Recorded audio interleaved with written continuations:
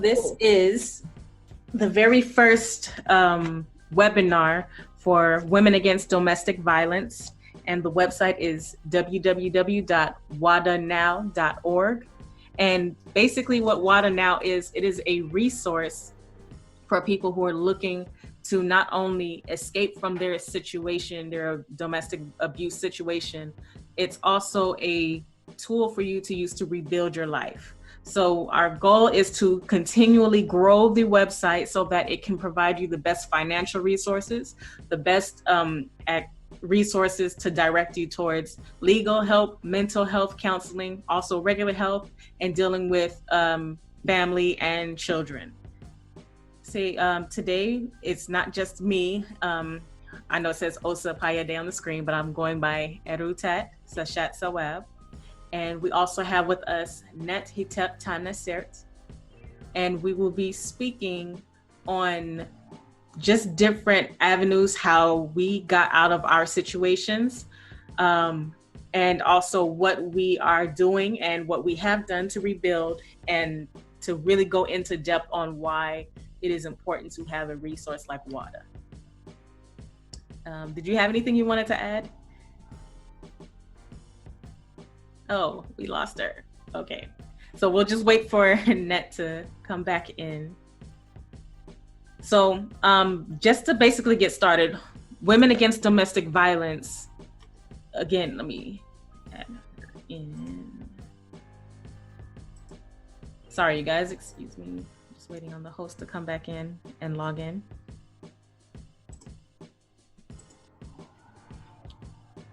So just so you guys know, our resources are not just for women and they're not just for children.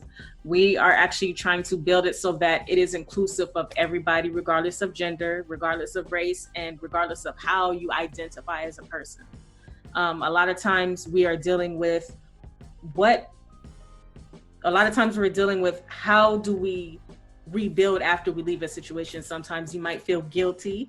You might find yourself strapped for resources because the person may have had you depend on them financially, emotionally, just different things that now you have to figure out how to redo those things. So it's not a learning curve. You haven't failed as a person. And that's the main thing that you have to understand, is that you have to rebuild because somebody put you in that situation. And once you found out that that was not a good situation for you, and once you were determined to leave, now you have to rebuild. So this is all baby steps. You're not going to always have the answers. It's not always going to be easy, but you have to understand that things can get better, and they do get better. And the resources are here to help you.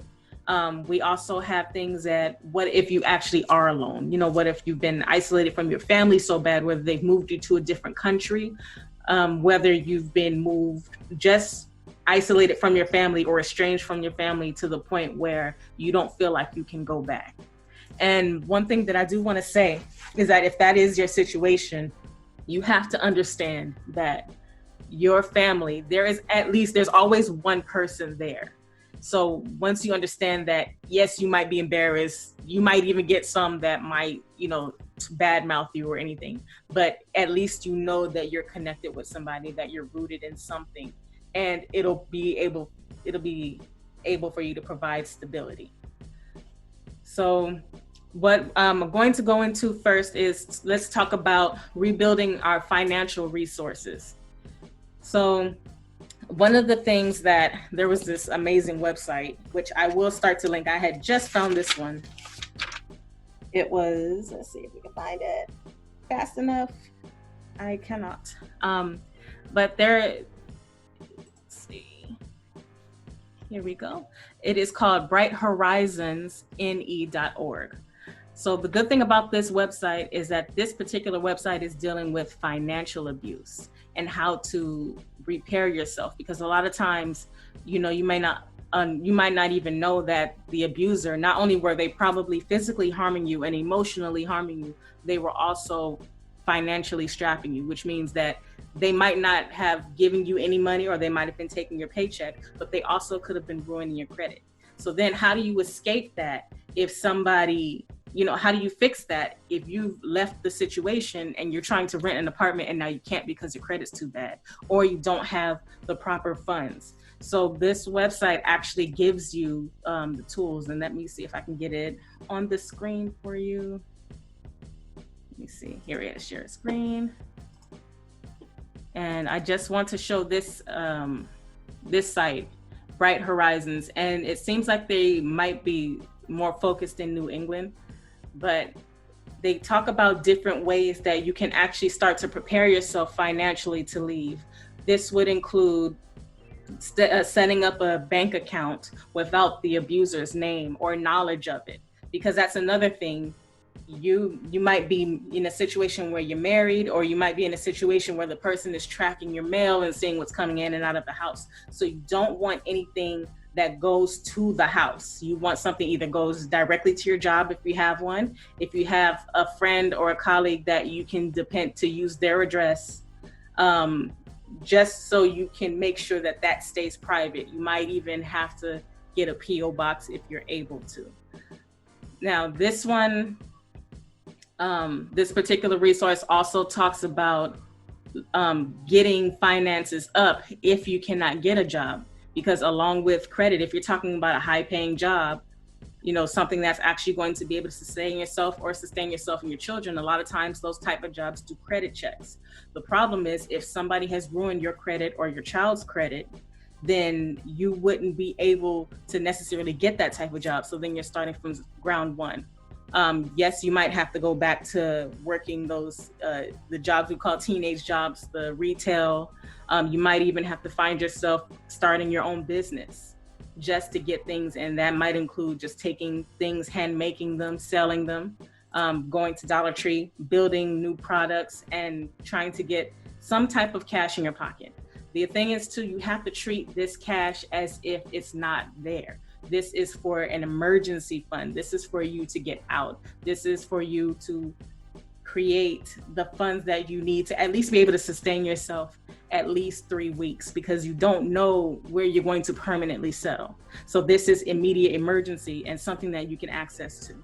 Another thing that I would recommend is either if you choose to have a debit card for this account, you have to keep it in a place that's either that person's not going to look or never going to know. And you might not know that because you don't know if that person's surveilling the home. Or you have to understand that you're not going to have a debit card for this account. This is something where you'll either have to rely on somebody to make deposits for you, or you're going to have to take the initiative and just anything that you collect. If you're in charge, if you get any time by yourself, or if you get any time alone, you go and make it a point to deposit it, and do not make it a habit. Do not make it a routine, like, oh, every Friday at 3:30 p.m. I'm going to deposit. No, it has to be random, because remember, your abuser, they're controlling you for a reason. So that means they're paying attention to every single thing that you do. They're paying attention to your habits. They're paying attention to, this person was way on this side of town. Their routine changed. So you have to make it random. You cannot create a routine in your process of leaving, or even your process of after you've left, because remember, your abuser, they spend a lot of time with you. They spend a lot of time controlling you, which means they had to spend a lot of time understanding the type of person that you are. They had to know, like, okay, this person likes this, they don't like that.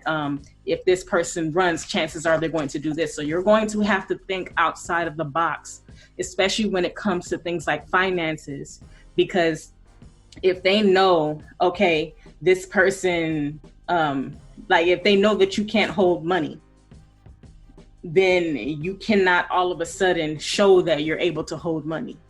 You get what I'm saying? You have to not give that person the thought to think differently about you.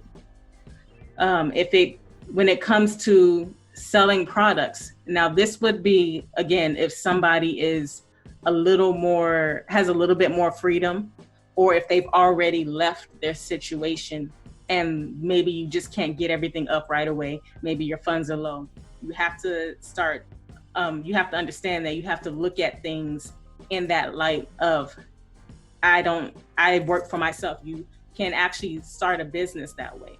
If you have old skills, say you learned how to type, say at one point you were XYZ, whatever you did for your profession previously, if you have those type of skills, or if you had hobbies from when you were a teenager, or you remember, oh, my grandmother taught me how to do this, then those are the skills that you have to use and get yourself together.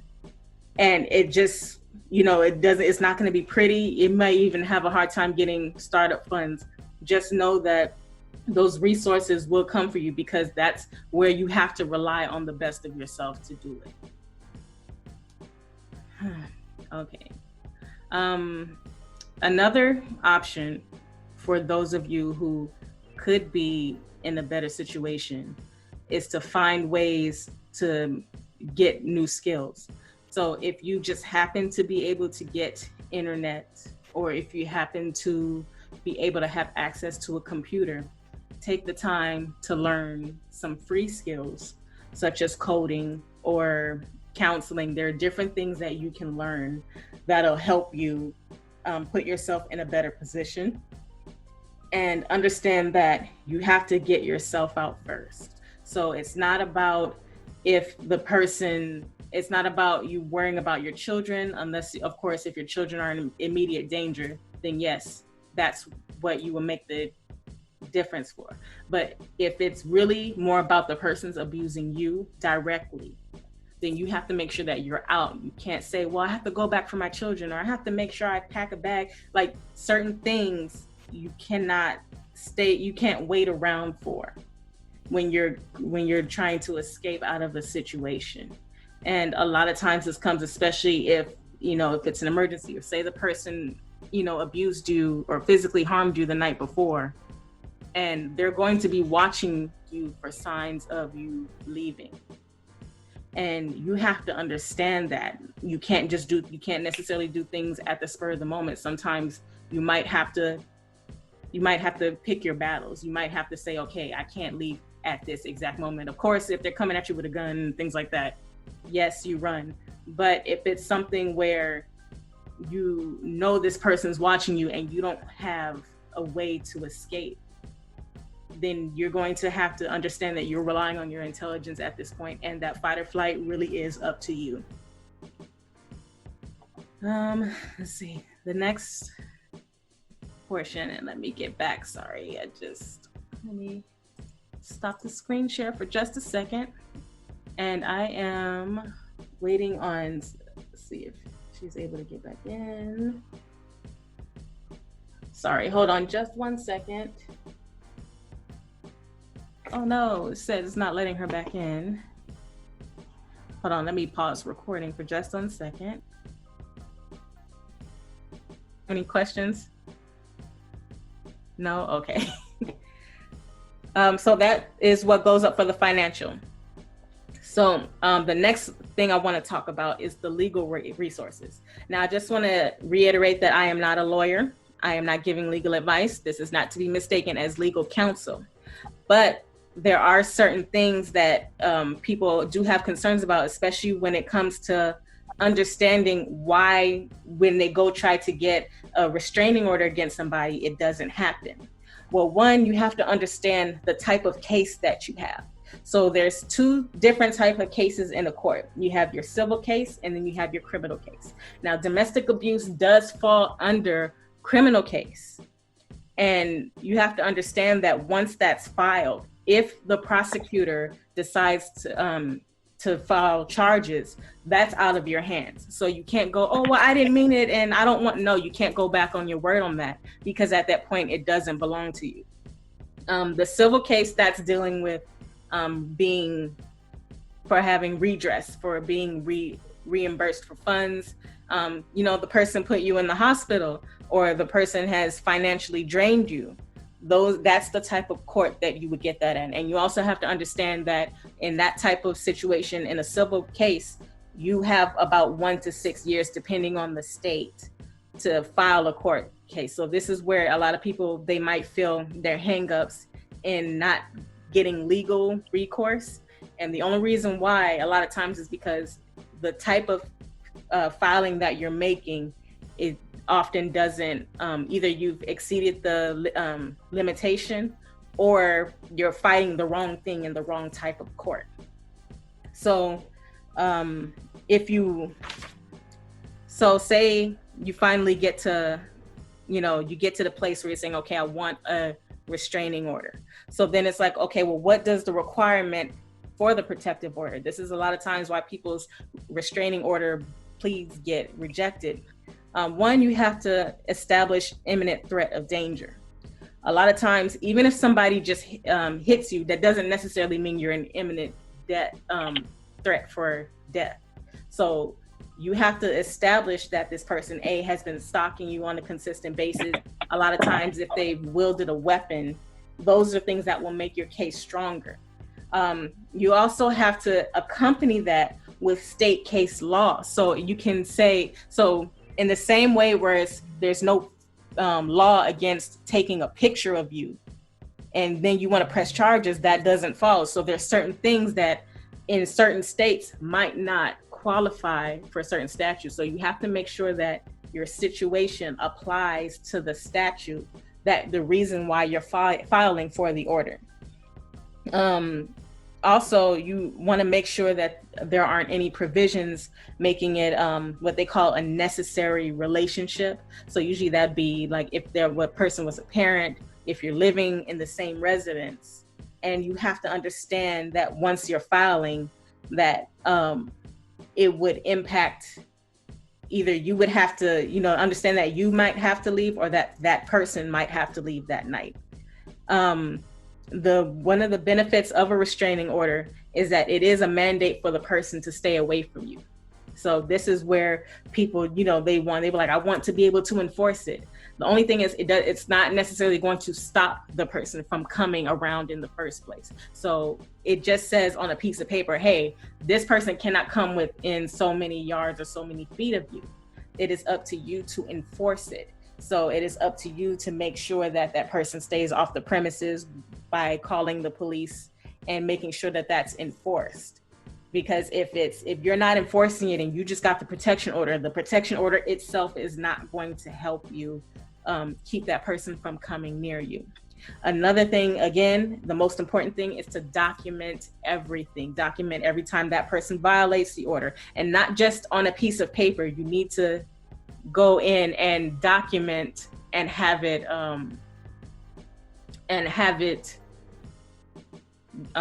filed in court as a documentation. So then you're creating a paper trail because you're building a case. And then I will take this question from Net. Go ahead.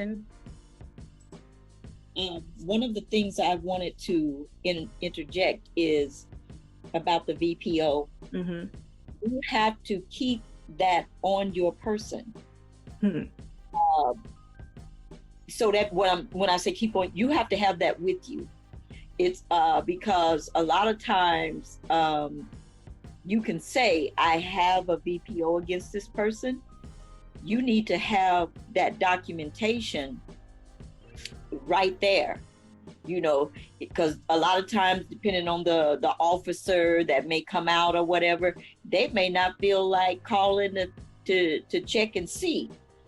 So when I always kept mine in my purse, because most abusers are going to violate that VPO, because they're not expecting you to be able to produce it on the spot. When you call out an officer and the officer gets there and you say, I have a VPO against that person, you need to be able to take it out your purse or your pocket or whatever it is and produce that document immediately. Okay. Otherwise, you're taking a chance of the officer not calling to make sure that you have the VPO, so on and so forth. You see what I'm saying? So make sure that you keep that VPO with you at all times. Thank you. Okay, thank you. And again, that goes along with also recording the encounter. So every time, if you have to call the police on this person after you already gotten a restraining order, then you also need to file a police report. Again, this isn't to say, okay, the police are going to arrest this person. You have to understand that everything when you're dealing with law is about building a case. So if you're coming in and you come into a case and say, hey, I had an ex relationship and they abused me 10 years ago. Well, that's harder to prove. And that's the importance of speaking up early, as soon as things are happening to you, and making cases as they're happening to you. Let's see. A really good place for that resource is a website called hg.org. And it is a legal resource, and they also go into detail about what happens in an abusive relationship when it comes to children, what happens in an abusive relationship if you decide that you don't want to prosecute anymore. And again, that at that point, you have to understand that a lot of times, even if that person's abusing you, and sometimes we have this kind of Stockholm syndrome where we're like, no, but he's really a good person, or she's really a good person, and it's out of your hands at that point. And a lot of times that falling back in that fear is that worry that that person might come after you once they've finished their sentence, or even if they get off. So you have to understand that you have to be strong in that. And that is where your determination and stating like you have to do it by any means necessary. What I want to do before we get into an activity, I do want to take a break and give everybody a chance to breathe. And if you have any questions, I will gladly answer that. Break will be about 5 minutes. Okay, thank you. And okay. So now that we're back from our break, I just want to reiterate again, the website is www.wadanow.org, and it is a resource site for those who have already left their abusive situations or who are ready to leave their abusive situations and rebuild their lives. So before we get into the first activity, there are a few other things that we do that we should probably bring to light. If you're in an abusive situation and you know that you need to leave, understand that a hospital is a really good resource for you, especially if you're making an ER visit, or I'm reading what somebody else had put up. And also documenting your healthcare visits. I know in Massachusetts, they often ask you, are you safe at home? Do you feel safe at home? And all these, questions that they tend to ask you during your visit. So take advantage of that. All of that is opportunity. Remember, when you're visiting a hospital, they have to document everything that you say to them. So those notes and everything will be in your chart. If you were building your case, then these are the things that you would add into your file, and you would release for to add into your court case that you were seen and that you expressed that you didn't feel safe in your home. What is this? And one of the listeners also had a quote from the Bible, because so it says, Ephesians 5:25-33 explains how a godly husband should treat his wife. So, and from what I understand is that I guess she figured it out. Okay, so I guess this isn't talking about, whether or not men should be beating their husbands, but it's not just about, this isn't just about men beating women. This is abuse all around, because there are some women who can take men and who have been beating men as well. Also, we have to understand that same-sex couples, that is not a fight. If in a relationship, that is also an abusive situation. So we have to start changing how we see abusive relationships. It's not just always somebody's hitting. You're not always going to see a black eye. Sometimes it's mental conditioning. Sometimes it's financial abuse. Sometimes it's starvation. Sometimes it's forcing somebody to overwork themselves. So we have all of these different things that actually count as abuse, and it's not always just as black and white as somebody hitting you or somebody trapping you. Those are things that we see on Lifetime and all those specials on MSNBC. That this is for us to change our minds and to understand that yes, you can be in an abusive situation and not realize it. And sometimes it really is somebody's just talking down to you to the point where you start to feel down by yourself, and then your health becomes affected. And the next thing you know, you're mistreating other people, because it is a spiraling, and it is literally jumping from one person to the next. So the whole thing is, let's stop that. Let's develop ourselves, and let's become better people within ourselves, and let's heal ourselves before we spread what somebody else has done to us. Okay, so for the first activity, this one, it does require you to have a pen and paper. And what this is I want you to create a personal scale of what you're willing to tolerate. And I want you to remember this, keep it in a journal. This isn't something you have to share with anybody.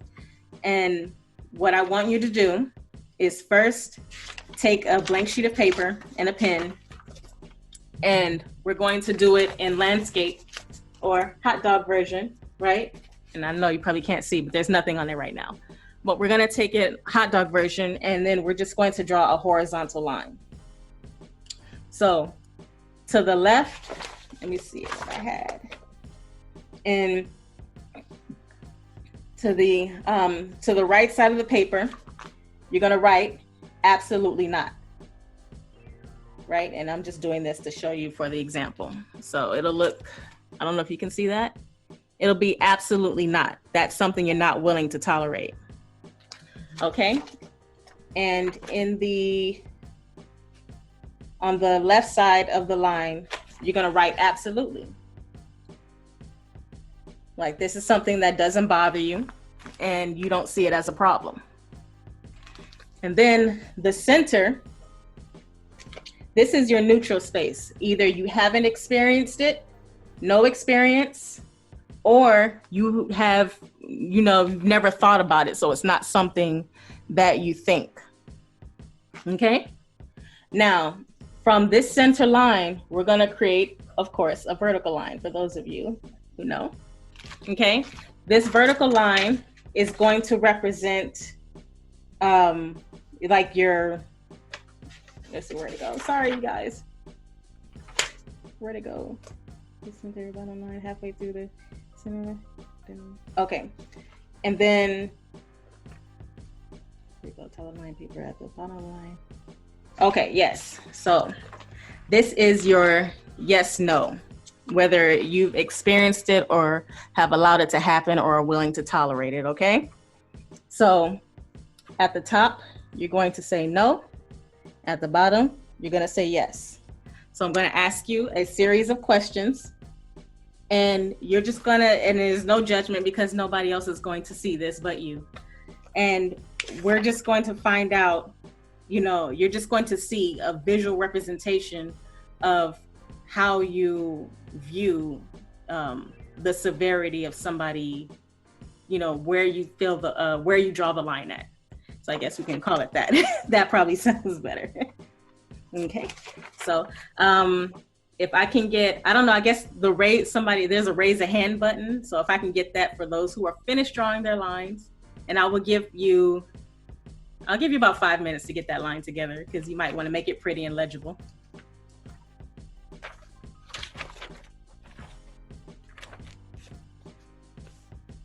Okay, got one. I love the clap, Rashida.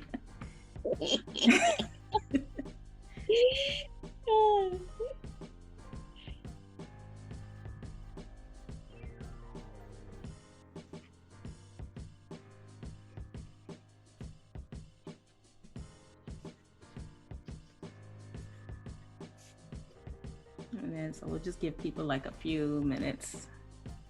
So at about 7:40, I'll reconvene.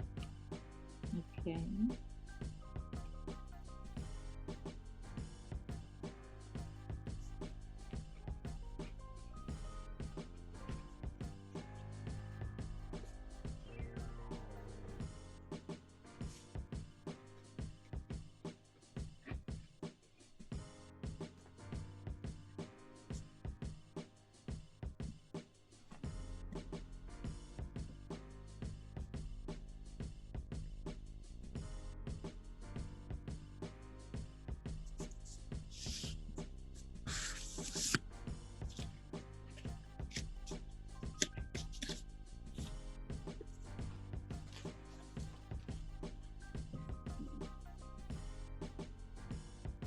Okay. And then also, if you guys want to break it down a little more, in between absolutely and no experience, which would be your center line, you could write the word kind of.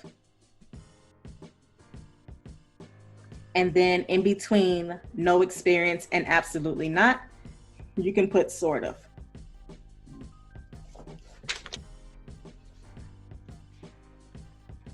Anything else?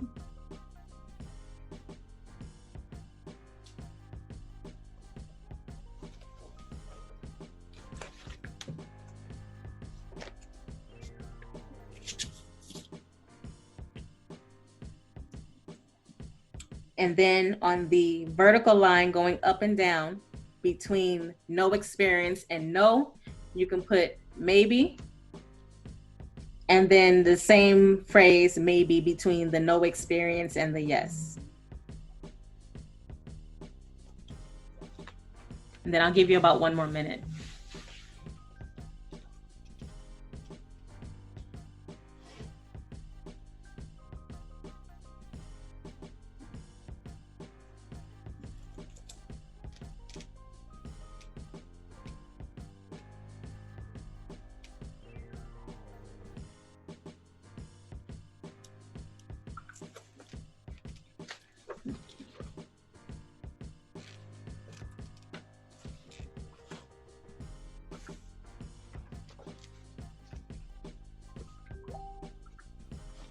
Somebody else trying to log on?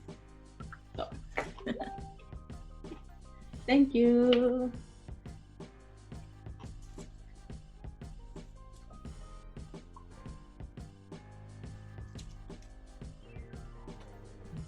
Okay. And now that we're ready, so I'm going to ask you a series of questions, and then in between, I'll give you a minute or two to actually answer it to yourself, so you don't have to worry about rushing, and I'm not going to rush the questions on this one. Okay. So the first question is, it is okay for my spouse or my boyfriend, girlfriend, to tell me what to wear. And also, just so you know how you're going to mark this on the graph. So if you say if you say no, because this is a yes or no question, if you say absolutely no, then you would mark a dot here. And then if you're saying absolutely yes, of course, mark a dot down here on the line. And if you think, that's because we're going to have the second portion to that question there. So again, no at the top, yes at the bottom. And then if you don't have a degree, or if you're like, well, there's an exception, then you can mark it on the maybe line.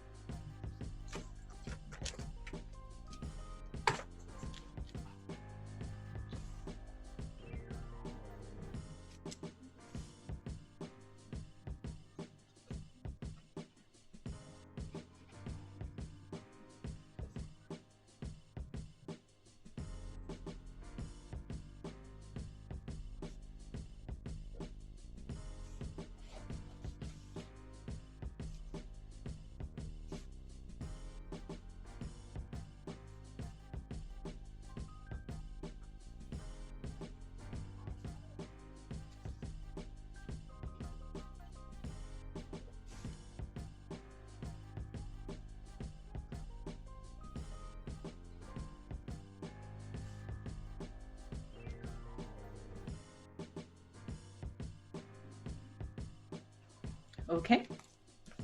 And if you have that figured out already, of course, you can always say, heads up or yes, thumbs up.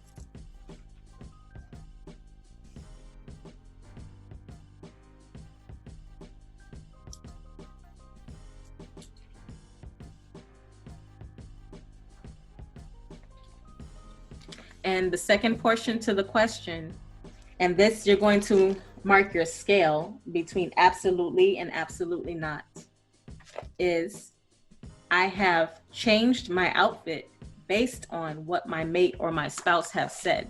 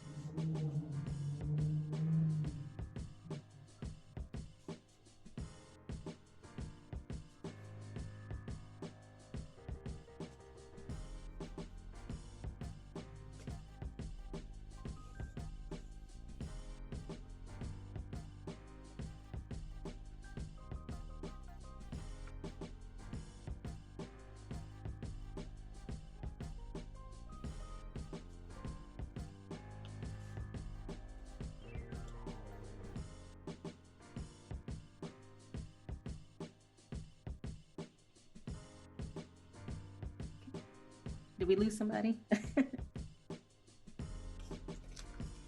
Okay. I think we lost the person, but that's okay. Looks like everybody's ready. Okay, so the next question, and this one is also a yes or no question, so on the vertical line. And actually, this one, you could probably graph it out if you'd like. It depends on how good you are with math. You can get really creative with this. So the next question is, I try to please my mate when they are upset. So is that a yes or a no? And then and also second question, would you allow them to change your, how did I phrase that? I phrased that wrong, sorry. So the question is, I try to please my mate when they're upset.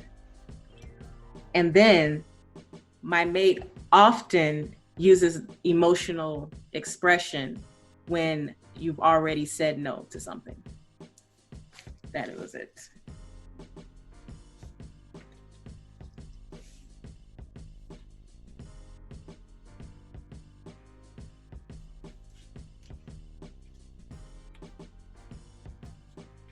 Okay.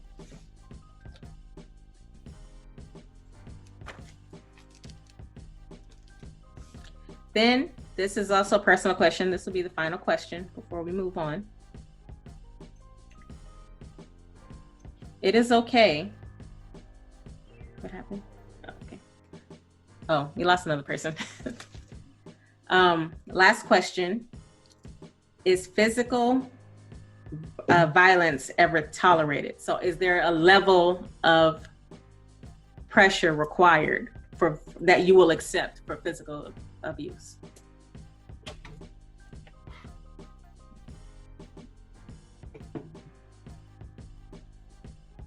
Did you want me to go in on that more? Net? Yes, I do. Okay, so what I mean by this question is it okay for somebody to hit you once and promise they'll never hit you again? Or how many times can they be honest with yourself? How many times can somebody physically hit you before you'll walk out?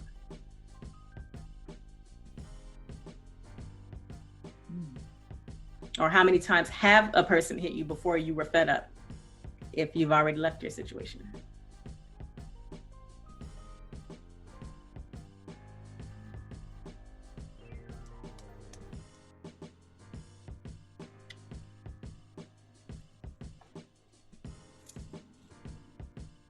And this could be now or something that's happened in the past. It doesn't, just because it happened in the past, now, are you willing to tolerate your scale?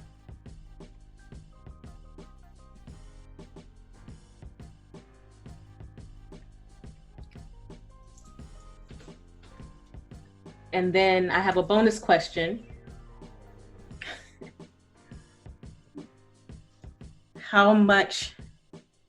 How many times does a person have to swear at you before you're not able to tolerate that anymore? And that'll be the bonus one, and that'll be the final question for that.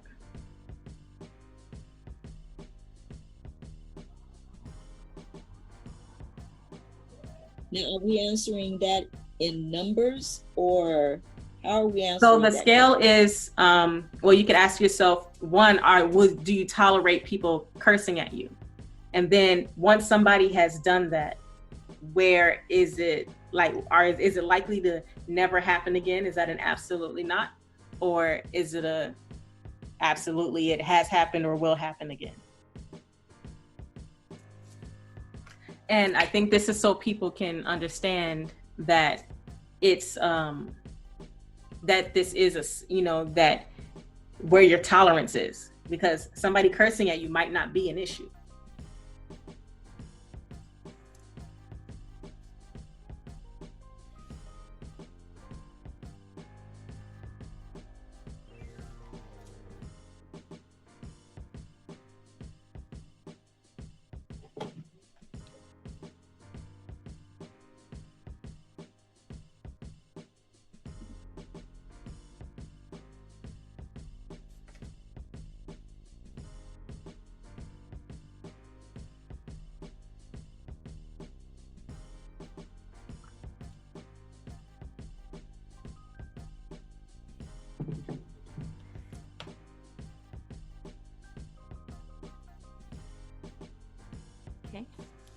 And then once you feel like you're ready, you can always ask yourself more questions. But the purpose of this was just so you can get a visual of not only just what you've tolerated in the past, but where you stand right now in your state of mind and what you think you're not going to tolerate. And just so if you ever find yourself in that situation again, or if you ever come across that situation, that you remember your chart and you remember that that you actually set these boundaries for yourself. Because I think what happens is when people start dating, they don't realize, like, okay, am I willing to tolerate this? We'll talk like, oh, somebody better not hit me or somebody better not do this. But okay, it's a lot of stuff happens before somebody actually physically hits you. Are you going to tolerate them telling you how to dress? Are you going to tolerate them telling you how to spend your money? Are you going to tolerate them how they talk to your friends, or how long you talk to your friends, or how late you stay out? So these are things that you have to understand within yourself. This isn't something that you share. You don't even have to go to your mate and say, hey, this is my scale, and if you violate this scale, it's over. No, that's something that you hold internally, and it is up to you to stick to that. And that's all I have for that portion.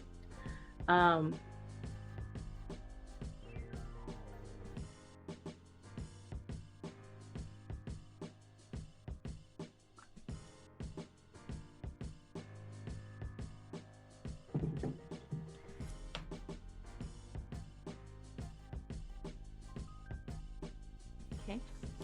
And then once you feel like you're ready, you can always ask yourself more questions. But the purpose of this was just so you can get a visual of not only just what you've tolerated in the past, but where you stand right now in your state of mind and what you think you're not going to tolerate. And just so if you ever find yourself in that situation again, or if you ever come across that situation, that you remember your chart and you remember that that you actually set these boundaries for yourself. Because I think what happens is when people start dating, they don't realize, like, okay, am I willing to tolerate this? We'll talk like, oh, somebody better not hit me or somebody better not do this. But okay, it's a lot of stuff happens before somebody actually physically hits you. Are you going to tolerate them telling you how to dress? Are you going to tolerate them telling you how to spend your money? Are you going to tolerate them how they talk to your friends, or how long you talk to your friends, or how late you stay out? So these are things that you have to understand within yourself. This isn't something that you share. You don't even have to go to your mate and say, hey, this is my scale, and if you violate this scale, it's over. No, that's something that you hold internally, and it is up to you to stick to that. And that's all I have for that portion. If people would like a break, I will give you a break. If you have any questions, or if you want something clarified, or if there was something you didn't understand about the activity, you can always ask a question, whether unmute yourself or you can type it in the comments. Okay. Mm-hmm. Okay. Interesting. Yeah. So that concludes my portion, and I would like to yield the floor to Net Hitep Tanesir.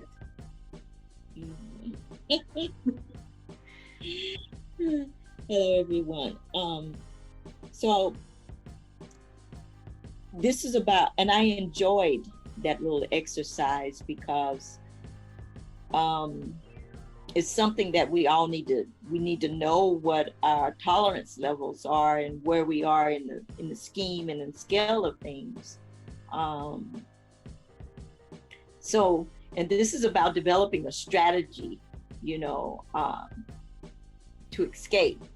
And I said, earlier, I said that I had to develop mine kind of like spur of the moment when I had finally had enough, which led me to jump out of a 2-story window, which I would not recommend to everyone to do at the spur of, when you reach your I'm not taking it anymore level. But that's what mine led me to do right then and there. So I had to develop my escape strategy at the spur of, like spur of the moment. And mine led me to jump out of a 2-story window. Then because I familiarize yourself with your surroundings, know what the closest, and it was back in the time when we still had phone booths. So I always kept a quarter, and I raised my daughter to always keep a quarter. Of course, now you just have to have a cell phone. But I knew everything in my surroundings where I lived. I knew where the closest phone booth was. I knew where the closest store was. I knew where the closest everything was, within walking distance. And I also knew what was the furthest thing away, because I knew that once I did that and jumped out of the window, that if he had come into the bedroom and found me gone, then he would have left out and would have thought that I would have. So you got to be thinking, you got to think the way that you think your abuser is going to think, and go totally in a different direction of the way that you think your abuser would suspect. So I knew that he would think that if he, and I'm just thinking that if he came into the bedroom and he started, left the house to come look for me, quite naturally, he would think that I would go to the closest place nearby.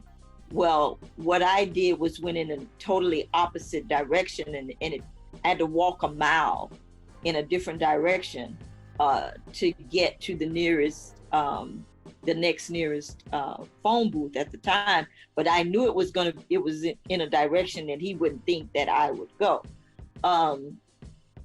So know your environment, know what's in your immediate area, and know what's not in your immediate area, and be willing to walk if you have to, if it's a mile or whatever, but make sure it's, of course, it's in a direction that you wouldn't think your abuser would even suspect that you would be willing to walk that far. And because then it would be also hard for them, to look for you if they get in the car and they have access to the car and you don't, while they're looking for you in all of the obvious places. They're not thinking until it's too late that, well, it's obvious that he or whatever didn't go to the places closest by. But then at that point, they have no idea which direction that you would have gone in. So know your environment and know what's in your environment and what you have access to that's somewhat further away from your comfort zone, and be willing to take the unsuspected route. And it's always important to have a support system. At the time, mine was my best friend who did not live that far from me. And I knew, and if, see, it's all changed now, because now you have, your cell phone. But, you have to think, if he takes or she takes your phone from you, so you got to compensate for that as far as who you're going to contact. Make sure that the person that you can contact is not going to spend a lot of time asking you questions. They're just going to immediately come to your aid, which is what my best friend did. She immediately, I told her where I was, and she immediately came to my aid, and then she immediately called my brother. So, you got to stay in touch. You got to have somebody, a best friend, a relative. So know what's in your environment and know what you're uncomfortable distance is in your environment. You know, always the whole time, pay attention to what's in your environment for safety. Have a best friend that you can call immediately once you get to, you know, that safe place. Have a relative. Always stay in touch with your relatives. Don't allow yourself to be isolated at all costs. So I had a best friend. I called that best friend. That best friend picked me up. She immediately called my brother, but I went back, and I had to leave my daughter behind, who was at the time only like 4 years old. But she was asleep because it happened in the, you know, middle of the night. And so once I was with my best friend and she called my brother, we waited until my brother came to her house and then went back to the apartment to go get my daughter. I wasn't interested in taking anything else out. And I let my brother confront my abuser. However, you have to have your mind made up because you're putting somebody else in jeopardy. And I didn't want my brother getting, you know, in trouble, having to deal with the police. So you have to make that person that is going to help you with your escape, help them to understand that you don't want a confrontation if at all costs, if it's possible not to have a confrontation, if you've got to re-enter in your home or whatever to get your children for whatever reason that you go back. And then you just have to have that made up mind that I'm not going to put the people that are supporting me in a disposition that's not favorable. So make sure that you have a strong support system and someone who won't be afraid of your abuser either, as part of your strategy. And then you just, once you've gone through those steps, that person is going to try to soften you up. What I did was immediately the next day, I called into work and I explained the situation to my boss. And of course, at that point, that person, if you're still employed, they're going to make sure that they allow you some time off. And I took some time off to immediately go and file a VPO order against that person.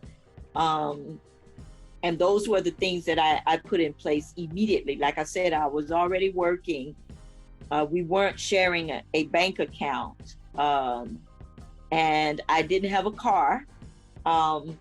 So from that point on, my best friend was taking me to work.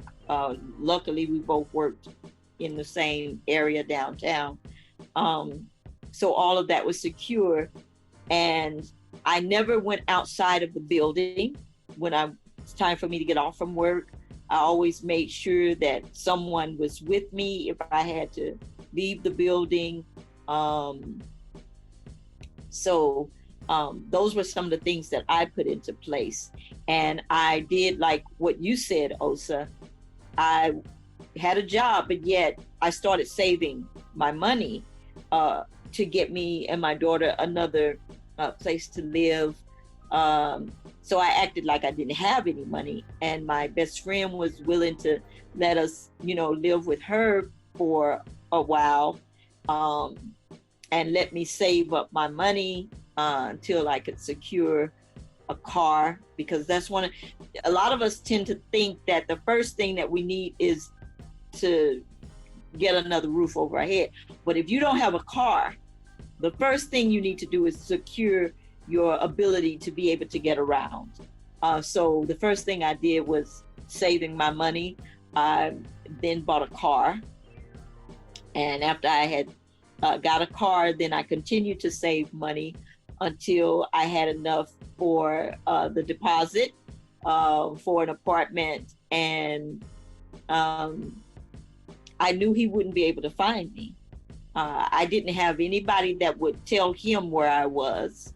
And I just, left it at that. And I kept my VPO order with me at all times.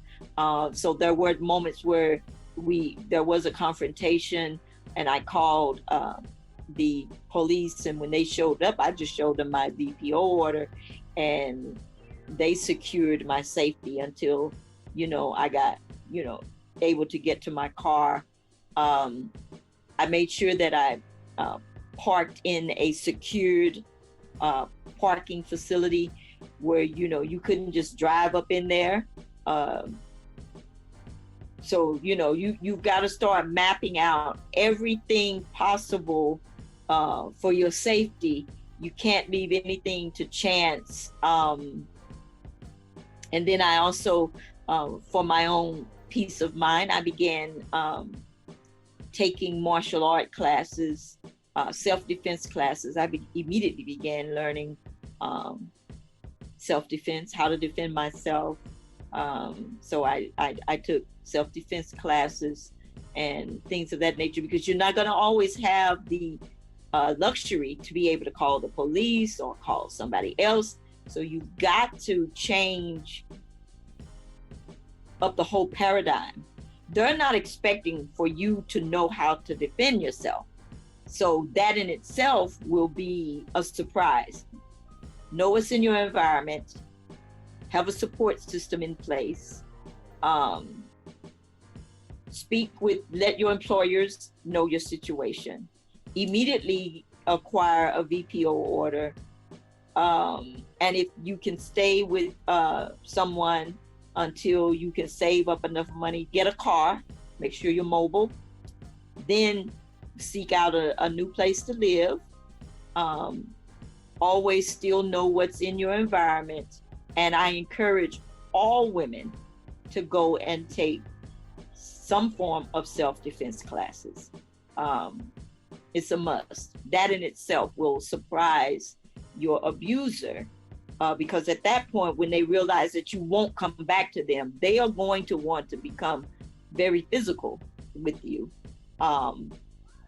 So I think the best element of surprise was being able to defend myself by taking martial art classes.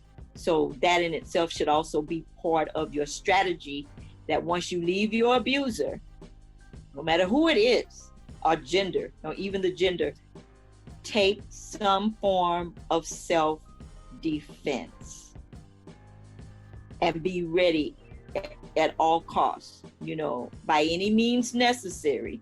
Have your mind made up that you are not going to allow yourself to just be abused any longer, and just be ready, at all, and that way you don't have to live in fear. So those were the things that I did, and like I said today, when I was getting off of work today, a young lady at work is a psychologist. There's a site that she told me to go to called Green Shoe, and what it does is it's a $500 fee, but you get that back because it's a whole course. And if you can get someone to sponsor you, then great. It helps with your mental health. You take a test. The test is based on how many disadvantages you have. And from that, it shows you your weak points and your strong points. And it's all centered around self-love, how to teach you how to love yourself if you didn't before, but how to love yourself more and how to value yourself. So like with the activity that you did with us, it had like 10 questions, and she got 9 out of the 10 based on all of her disadvantages, but it taught her about self-love. And that's one of the main things that you have to get over with, is your attachment. You have to be ready to physically detach. And you may love that person. I loved my husband. I just didn't love what he, the abuser that he had become. And I still wanted to, at the time I was, really into church and trying to, do the will of God and live a righteous life and all of those types of things. So you have to learn to love yourself, because it's very, that was very traumatic for me, learning how to detach my emotions from him, especially when, your abuser comes at you and, oh, I won't do it again, and this and that. And you got to know that up to that point, they had already done some things. And like you said, Osa, I had already allowed so much of the abuse, and it wasn't so much him hitting me, it was the mental abuse, the verbal abuse that I had to deal with, and then dealing with what they were telling me at church, that I couldn't divorce him and so on and so forth. So to me, that mental abuse was far outweighed everything else. And that's what I had to come back from, was the mental abuse. Yet the strategy is still know what's in your environment, have a support system in place, have your mind made up, you're not going back under any type of circumstances, save your money, make sure that if you don't have a car, that you're saving money to get a car, because you're going to need to be mobile. Make sure you're always parking where you're never having to walk to your car alone, and make sure it's in a secure place. And then after that, take some form of self-defense classes. You're going to need that.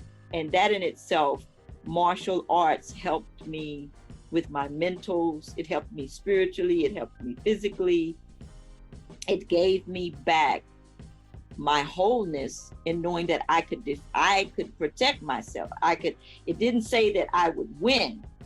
However, it gave me that advantage to know that I wasn't going to be an easy takedown. And so I ended up also teaching the first women's self-defense classes for Kerr-McGee, a major oil company in Oklahoma City. And I'm a true advocate of all women take some form of self-defense and master it. Yep. Okay.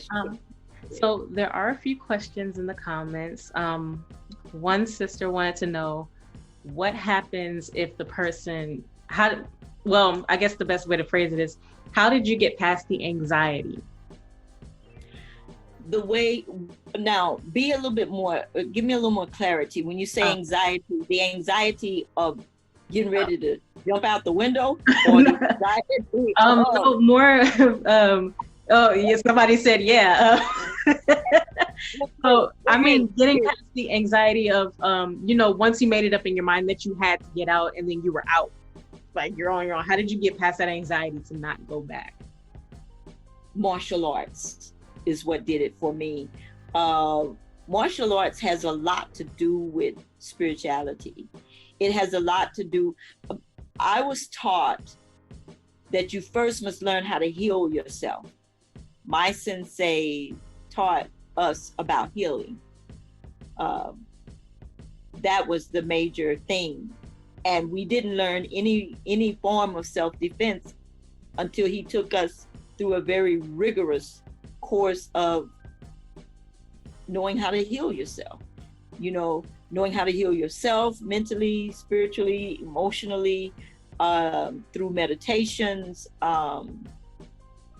various forms of exercises, changing your diet. And the focus was on, if you can heal yourself, then you can heal others. And you don't try to hurt anyone unless they're trying to hurt you. The whole thing was, but be ready at all times to defend yourself.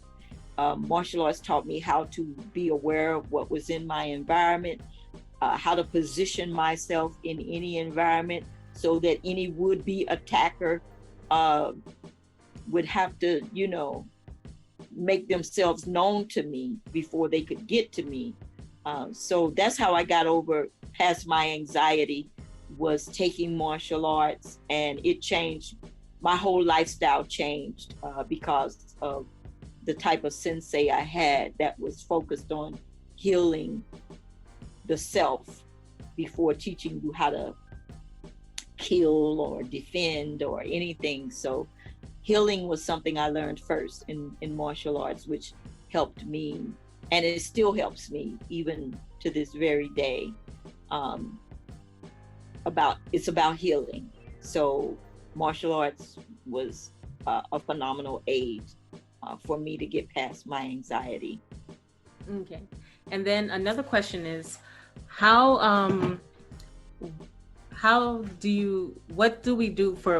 advice do you have for females who don't have a support system, who don't have friends, they're completely isolated, and they also don't know how to drive, and they don't have certain, these skills that.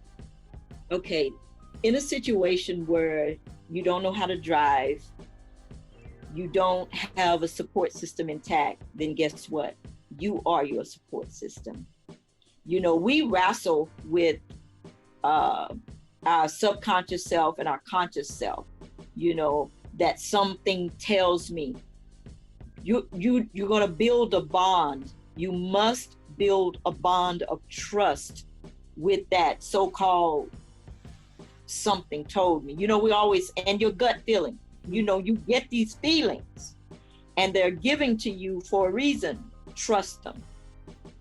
So learning to trust what you're feeling. Trust that something that's telling you something. It's guiding you to do certain things. Trust it. Yes, I was scared to death. I'm sitting in the bedroom, barricaded in the bedroom, because figured out a way to barricade me up in there. And all that, I knew I couldn't go out the bedroom door, and all I had was a window, and I'm known with 2 stories up. It was a very frightening thing.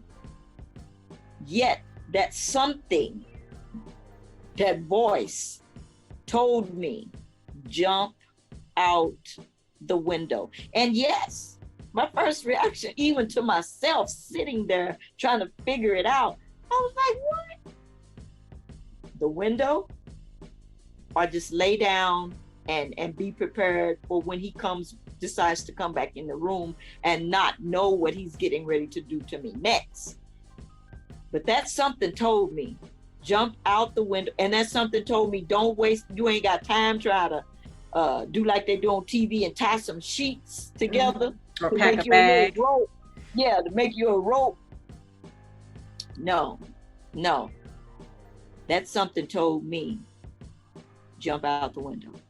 And I'm like, with 2 stories, that something still strongly said, jump out the window. And when I was dangling, I was dangling. And I just closed my eyes, and that something said, let go. And I let go. And the next thing I knew, I hit the ground. And that something told me which direction to go in. So you immediately start trusting that something that's talking to you. Trust it. Do what it say. You'll be amazed at how that's something that tells you to do things. You can say God started guiding me.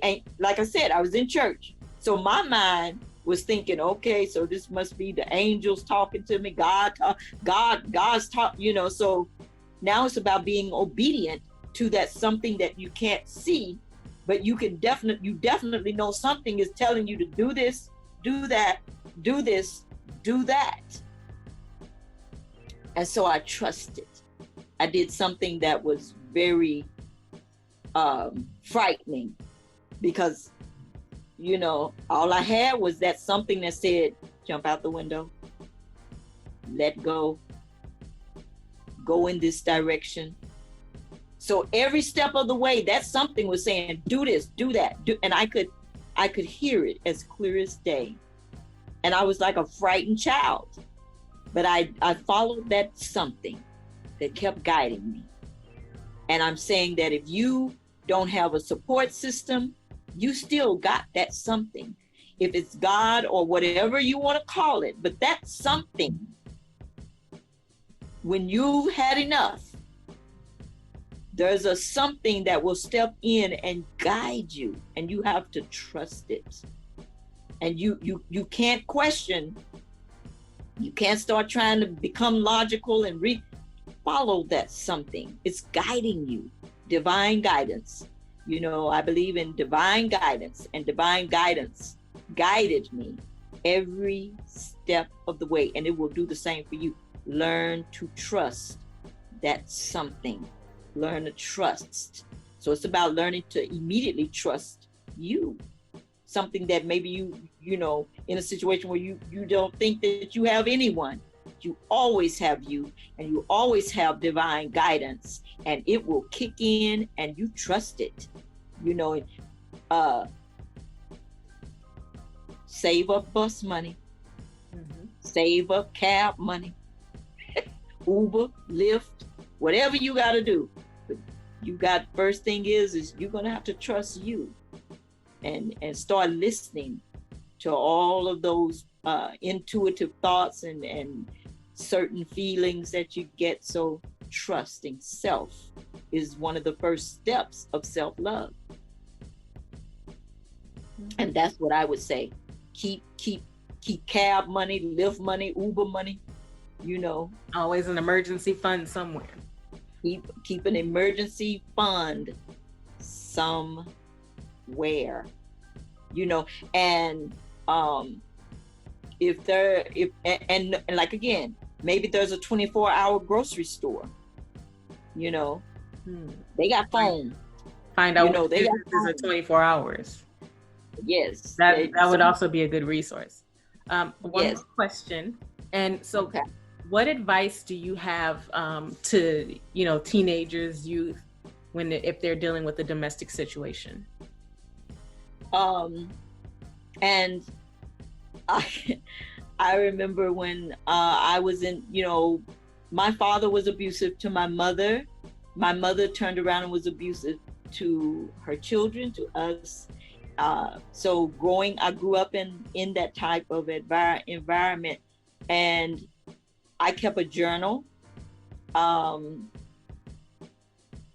had a lot of sisters. I don't know but if you're in a situation as an adolescent and you don't have a lot of siblings, maybe you're an only child. The first thing that you're going to have to make up your mind is, are you willing to be in the system? There's another, and then that's a backlash in itself, to go from one situation to another. Yet again, divine guidance still speaks to you at no matter what age you are. There's going to be that something that's going to tell you as an adolescent, step by step, what to do. Listen to that voice, even as an adolescent. If that voice tells you, when you get to school, tell your teacher or tell the principal, because it's their job to alert the health department, child protective services. You don't, at any time that you can get out of the house, you're going to have to be willing, if it means putting your parents or that parent in that precarious situation, you got to do what you got to do. Self-preservation. Are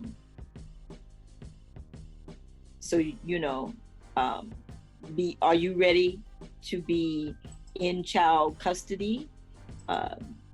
Adolescents have to make grown-up decisions, and that's sad.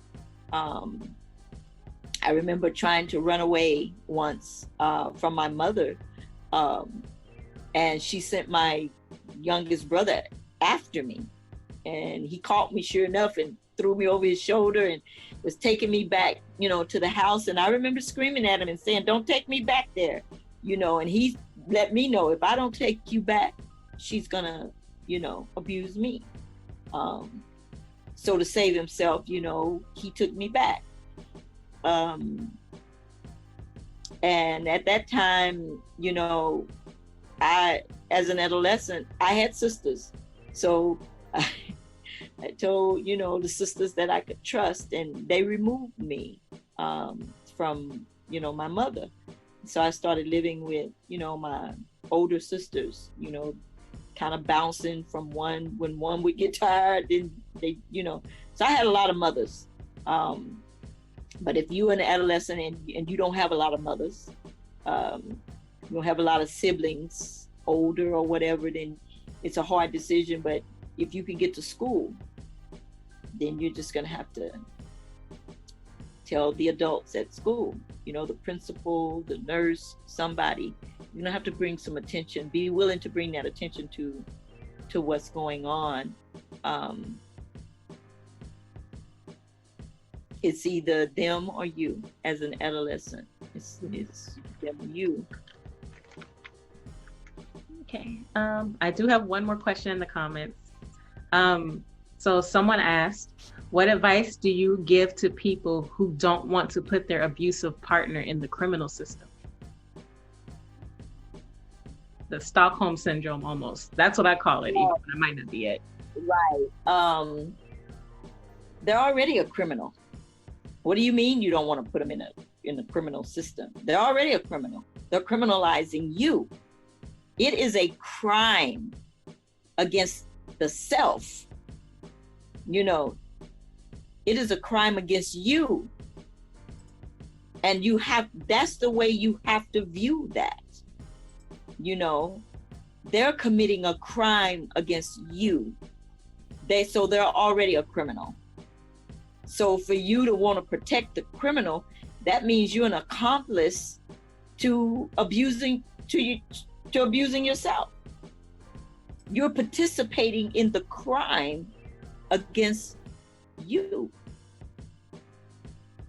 Is that something that's fair? Is that what you want to do? You're already in the criminal system because that person has their own system, which is allowing them to abuse you. So you're already in a criminal system. So self-preservation, look at it realistically. Mm-hmm. And self-preservation is the first law of nature. First law.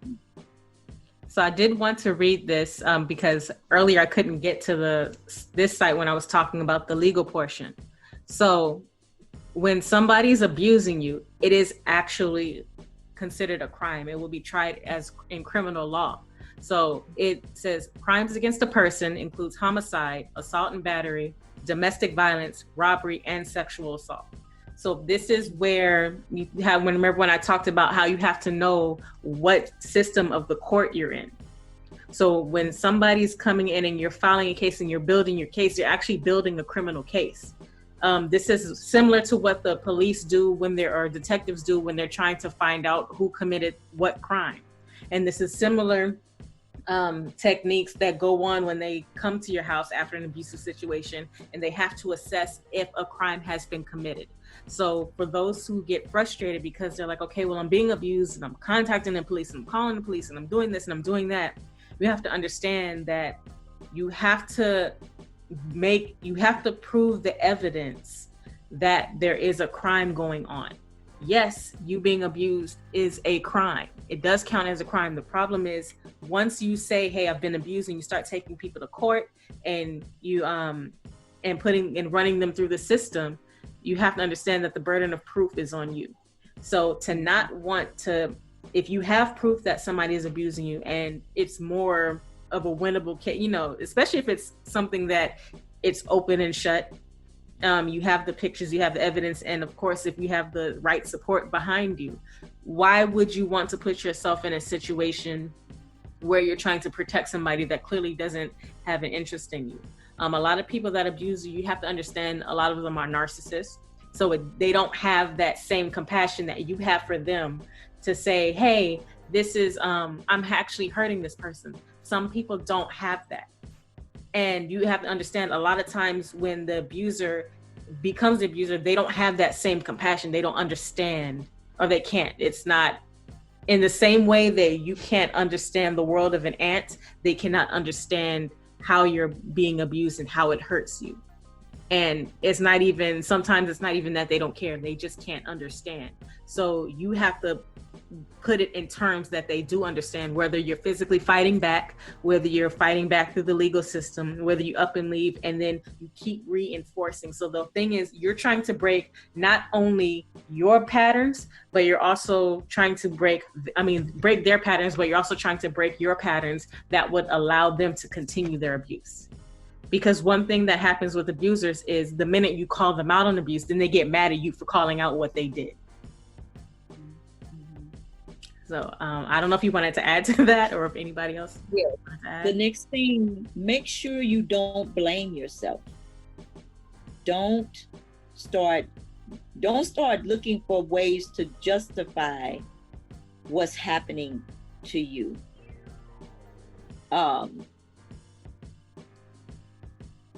If God so loved the world that he gave his only begotten son, how much more love do you think God has for you, if that comes into play? Never blame yourself. Never say, is it something? And because the whole thing with an abuser is they want to make you feel hopeless. They want to make you feel helpless. And if they can get you to feeling helpless and hopeless, which a lot of people who go from one abusive situation to another, in and out of the system, they tend to feel helpless. They tend to feel hopeless. And those are two of the major hurdles that has to be overcome, when you're in those situations. Suicide tends to happen. And like I said, it just gets worse and worse until somebody ends up, and a life is, taken. Don't blame yourself. Helplessness, hopelessness, and if you can, maybe there's a minister or someone that, within your choice of religion or whatever, that maybe you can seek out and confide in and talk to them. Yet never talk yourself into staying with an abuser, no matter what. Do not talk yourself into, some people like to use the scripture and say, well, love is long suffering. That's not the suffering that love is, talking about in that relationship to talking yourself into staying in an abusive situation. Never allow yourself to become convinced that being abused is okay in any form, because some people that are in those situations, they began thinking that, this is just normal. Being abused is normal. And they grow up thinking that it's just normal.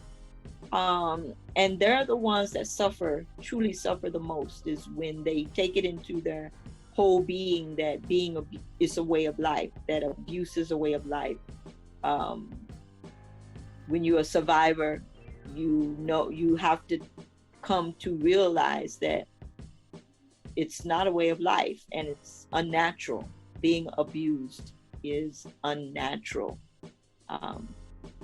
And so don't blame yourself, and don't be looking for excuses. Don't try to excuse what's happening to you. life is still worth living. And where there's a will, there is a way. And you have to develop that will, you know. Yeah, and then I guess my final thoughts on that is also, don't let the abuser convince you that you're the actual bad person. And this is piggybacking off of what Net said. A lot of times, again, when you talk about narcissism, they'll make themselves the victim. So they'll go, if you're reacting to them, then all of a sudden, well, no, you actually abused me because this, that also happens. There's also, things that are called gaslighting, or they'll come, this is why you want to limit the amount of contact. Once you leave, it's almost like you have to shut off everything. You cannot allow contact or for them to come back in, because what they'll do is they'll use words and say, well, this happened and I was just doing this and I'm sorry I did this. And it's all crocodile tears. A lot of times they really don't care. And you can do that by asking simple questions about yourself. Just say, hey, okay, you love me this. What is this about me? What's my favorite this? What am I allergic to? Because a lot of times when you're dealing with your abuser, especially if you haven't been in a relationship that long, I would say less than 5 years, they cannot tell you anything about you that they know, because they haven't been paying attention. They really have been the abuser. And then that's just confirmation for you to see. So this is, just know that yes, you will have your gut feelings. Yes, you will have that mental voice in your head telling you to leave. And then if you still don't leave, you will still get physical confirmations. And you have to understand that these are your cues to leave. And you have to understand also that you have to get it in your mindset that you're going to leave by any means necessary. And any means necessary could be literally anything.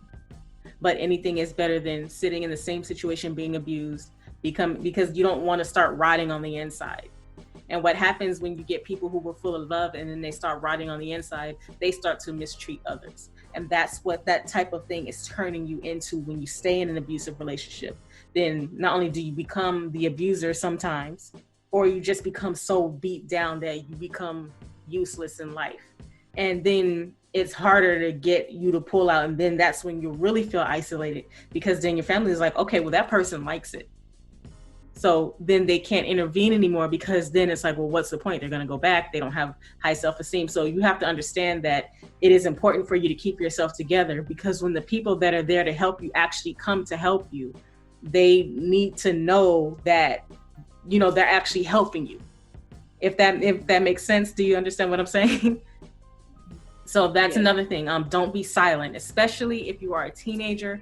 And I understand this, that a lot of teenagers, their parents might not know they're dating. Their parents might not approve of the person that they're trying to date. So they run, oh, I'm going to be with this person and we're going to love each other forever. And then that person ends up abusing you. You have to say something anyway. It doesn't matter if they give you the I told you so speech.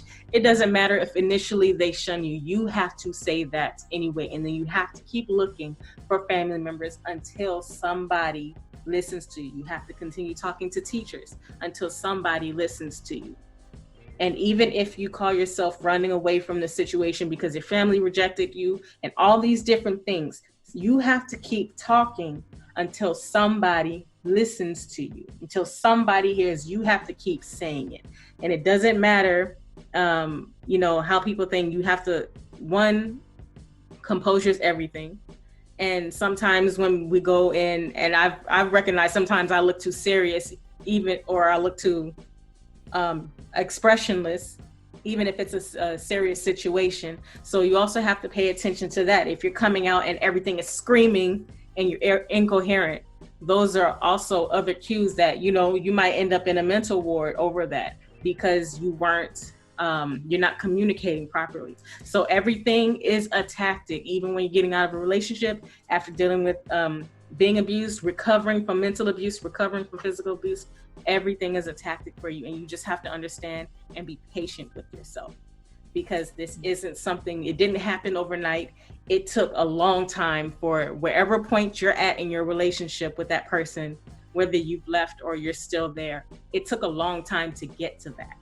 So it's going to take a long time for you to recover from that and to be able to trust others around you. So you have to be more patient with yourself And then once you're patient with yourself and you start to grow, then you will start to see your support system come back around you, because they never left you. It's just, we don't understand how to deal with those type of things. And I think somebody else just got kicked out.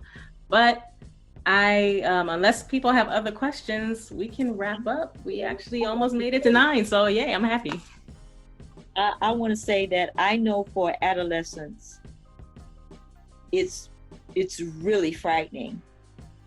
Whether it's, you know, one of the parents abusing you. I mean, because these are the people that brought you into this world. So it's very difficult to grasp that they don't love you. So being an adolescent is even harder. It's much harder, you know, and you have all the true stories, and then the stories that aren't true from television, where it shows how you leave an abusive parent and you go into the system and foster care, you get the wrong foster parent. And the thing with abuse is, no matter how many times it wants to try to happen to you, you still have a voice and use it. Whether it's a parent, whether it's a foster care parent, every time someone tries to abuse you, use your voice. I mean, it's frightening to think about that we're dealing with a numbers game. That, you know, they say you're always going to have so many no's before you finally get a yes. Mm-hmm. Well, it's a bitter pill to swallow, and it's a harsh reality, but sometimes it feels like a numbers game. And I'm speaking especially to adolescents. It feels like a numbers game. You literally are thrown into a mental limbo of, okay, so I yelled abuse and it was proven. I got taken from my parent or parents. I got put in a system. The foster parent was no better. I ran away from that and got caught again and put into another. And it just seems like immediately you're going to question, what is my life worth as a young person? What is my life worth? Obviously, my life is not worth anything. And you may even say, you know, here I am in this world. My mother doesn't love me. Like, you know, God, you know, these are the things that would make you say to God, obviously God does not love me. And then of course, you know, you're easily swayed into gangs where, you know, you say, well, at least I know they have me doing the wrong thing, yet there's still some loyalty there. And that's how a lot of youth end up in gangs, is because they keep running into these walls of abuse by adults. So they go into a gang and they go through the initiation of whatever it is that gang, you know, the prerequisite to get into that gang, just so that you can feel like you have family. Because we as human beings and nature itself, there's not anything in nature that does not have a family. You see, we mimic nature. Nature has a family. And so we're constantly seeking family, somewhere where we can feel loved, somewhere we can know that we're loved by someone other than ourselves, who can go through life with no one in the world loving them except for themselves. That's unrealistic. God didn't plan it that way. Life didn't plan it that way. So abuse makes you deal with things long before you really should have to. it's harsh reality. There's nothing, I don't have an excuse for it. I don't have the best answer for that. You know, it's just cruelty. Yet, if you have the will to survive, at some point you will get a yes.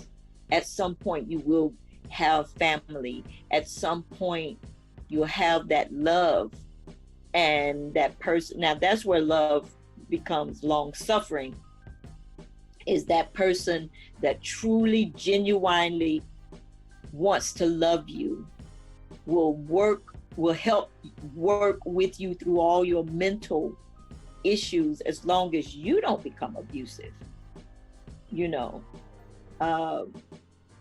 love is a way of life and not abuse. Abuse is not a way of life. Love is a way of life. And for the adolescents, if there's any that hears my voice, it's a tough pill to swallow, but just know life is still worth living, and somebody somewhere is going to love you. You got to love yourself first, and you got to keep on loving yourself, even though you keep getting slapped around. Keep loving yourself, keep using your voice, keep knowing that this is not the way it's meant to be. And there is a better life. There is a better way, and fight for it. Fight for that life. Fight for your life. Fight for your right. You know, you're here for a reason. You weren't born to be abused and then die. That's not what you came into this world for. Stay strong. Fight. Use your voice. Never give up. Never, ever, never. And you are worth it. You are worthy. You are enough. Tell yourself that when no one else will.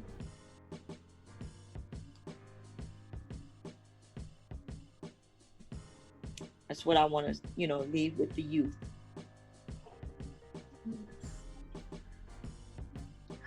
Okay. That was very well said, and I loved everything that you said, and I agree with everything that you said in that respect. So if nobody else has any questions, we will call it a night. This will be put up both on the WADA website and also on the WADA Facebook page, and that is www.wadanow.org, and that's W-A-D like David, A-N-O-W. And also the resources that we did not get a chance to post will also be added to the website. And if anybody has any other resources, please feel free to email me directly from the website. You can email me at osahillel@gmail.com. That's OSAHILLEL@gmail.com. And I will gladly check out the resources, and I will gladly post them on our site. And thank you. Thank you, Osa. Thank you, everyone. Yes, thank you, everybody. Osa. Thank you all to your future watchers. Look forward to the And next. thanks for your story. Your story was awesome. Thank you. Thank you.